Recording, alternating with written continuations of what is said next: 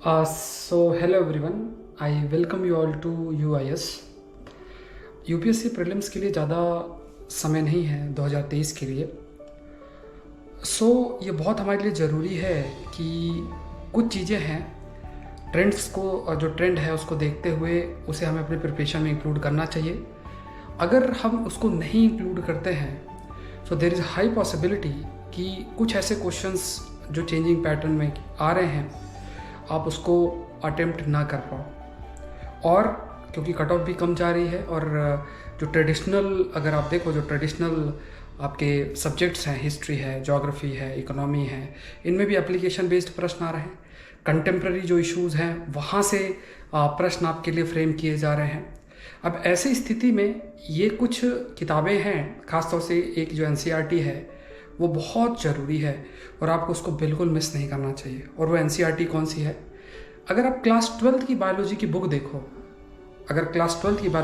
देखो, तो जनरली हम उसको ध्यान नहीं दे पाते, इग्नोर कर देते हैं, या फिर उस पर जब पता चलता है कि हाँ ठीक है इसको भी रीड किया जाए तब तक शायद समय बीत जाता है।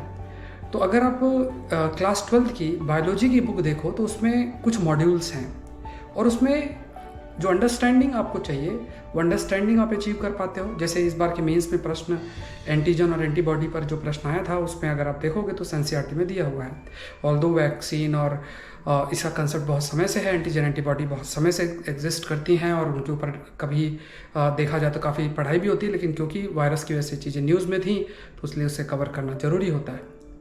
तो ये क्लास 12th की जो एनसीईआरटी है, इसको बायोलॉजी वाली एनसीईआरटी, इसको बिल्कुल मिस नहीं करना चाहिए। इससे आप क्या क्या कर सकते हो, देखो एक पार्ट उसमें देखोगे तो बायोटेक्नोलॉजी का एप्लीकेशन है, बायोटेक्नोलॉजी पर चैप्टर है और उसमें कुछ ऐसे जैसे आरएनए इंटरफेरॉन जैसे चीज़ें उसमें मेंशन्ड है।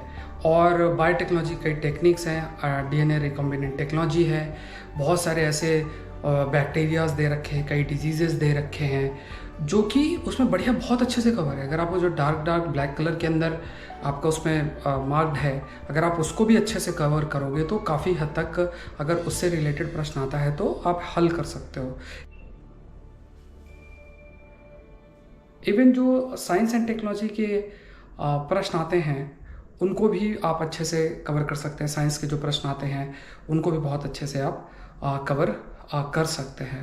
तो ये बहुत ज़रूरी है हो जाता है। दूसरा पार्ट आप देखोगे वो है इकोलॉजी का। इकोलॉजी का जो टॉपिक है वो भी बहुत इंपॉर्टेंट है। एनवायरनमेंट, क्योंकि इंडियन फॉरेस्ट सर्विस का एग्ज़ाम साथ में ही होता है तो इसलिए इकोलॉजिकल आस्पेक्ट से हमेशा प्रश्न होते हैं। तो बेसिक चीज़ें उसके अंदर दिया हुआ है, कंपटीशन, म्यूचुअलिज्म, बहुत सारे फैक्टर हैं, कॉम्पिटिटिव रिलीज, ऐसी ऐसी चीज़ें दी हुई हैं।